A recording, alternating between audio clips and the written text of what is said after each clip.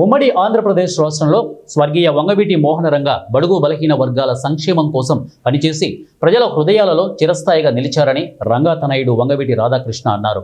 ఖమ్మం జిల్లా తల్లాడ మండలం రామచంద్రాపురం గ్రామంలో స్వర్గీయ మాజీ ఎమ్మెల్యే వంగవీటి మోహనరంగ కాంస్య విగ్రహాన్ని రంగా తనయుడు వంగవీటి రాధాకృష్ణ, సత్తుపల్లి శాసనసభ్యురాలు మట్టా రఘుమయ్య, దయానంద్ ఆవిష్కరించారు. అంతకుముందు కల్లూరు మండలం షుగర్ ఫ్యాక్టరీ నుంచి రామచంద్రాపురం గ్రామం వరకు అభిమానులు బైకులతో ర్యాలీ నిర్వహించారు. అనంతరం వంగవీటి మోహనరంగ అభిమాని సుధా నరసింహారావు అధ్యక్షతన జరిగిన సభలో మోహనరంగ తనయుడు రాధాకృష్ణ మాట్లాడుతూ తన తండ్రికి మరణం లేదన్నారు. మరణించి 3 దశాబ్దాలు అయినప్పటికీ బడుగు బలహీన వర్గాల ప్రజలు, నిరుపేదల సంక్షేమం కోసం పాటుపడిన వ్యక్తిగా ప్రజల మనస్సుల్లో సుస్థిరంగా ఉన్నారని అన్నారు.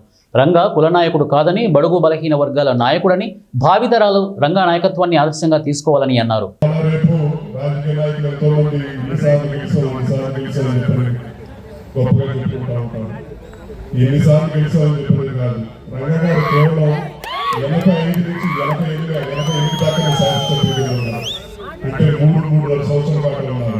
కానీ ఆయన మన నుంచి భౌతికంగా 3.5 దశాబ్దాల దూరమైనా కూడా ప్రతి ఒక్కరిని ప్రభావితం చేస్తున్నారు. ఆనాటి తరం నుంచి ఈనాటి యువకులు వాళ్ళు ఎంతో మంది కుర్రవాళ్ళు వచ్చారు. వాళ్ళు కలిసి ఎవరు పుట్టడు కూడా పుట్టలేదు. కానీ వాళ్ళ తల్లిదండ్రులు రంగా గారు అంటే ఏంటి, ప్రజల తరఫున ఎలా నుంచున్నారు, ప్రజల కోసం ఎలా పోరాడాలని చెప్పి చాటి చెప్పారు. కాబట్టి ఆనాటి తరం నుంచి ఈనాటి యువకుల దాకా కూడా రంగా గారిని ఎంతో ఆదర్శంగా తీసుకుంటూ ఉన్నారు. ఇవాళ ఆ ఆదర్శాన్ని, అభిమానాన్ని ఈ గ్రామంలో రామచంద్రాపురంలో విగ్రహం ఏర్పాటు చేశారు. ఆ విగ్రహం ఏర్పాటు చేసిన ప్రతి ఒక్కరికి మనస్ఫూర్తిగా ధన్యవాదాలు తెలియజేసుకుంటూ, ముందుగా ముఖ్యంగా నరసింహారావుకి ఈ విగ్రహం ఏర్పాటు చేయాలని చెప్పి ఎంతో పట్టుదలతో ఏర్పాటు చేయాలి. అభిమానం చాటి చెప్పాలి. మాకు ఒక విగ్రహం, మాకు అభిమానమే తెలుసు, ఒక విగ్రహం కడతాం మనకు అంతవరకు తెలుసు.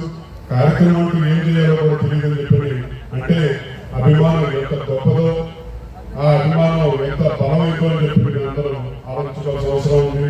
అలాంటి నాయకుడిని ఆదర్శంగా మనందరం తీసుకుందాం. భావితరానికి స్ఫూర్తిగా నిలిచిన నాయకుడి పేరు ఎల్లప్పుడూ నమస్కారం తెలియజేస్తున్నాను. అలాగే ఈ రోజు ముఖ్య అతిథిగా చేసిన మన వారి తనయుడు రాధాకృష్ణ గారికి, అలాగే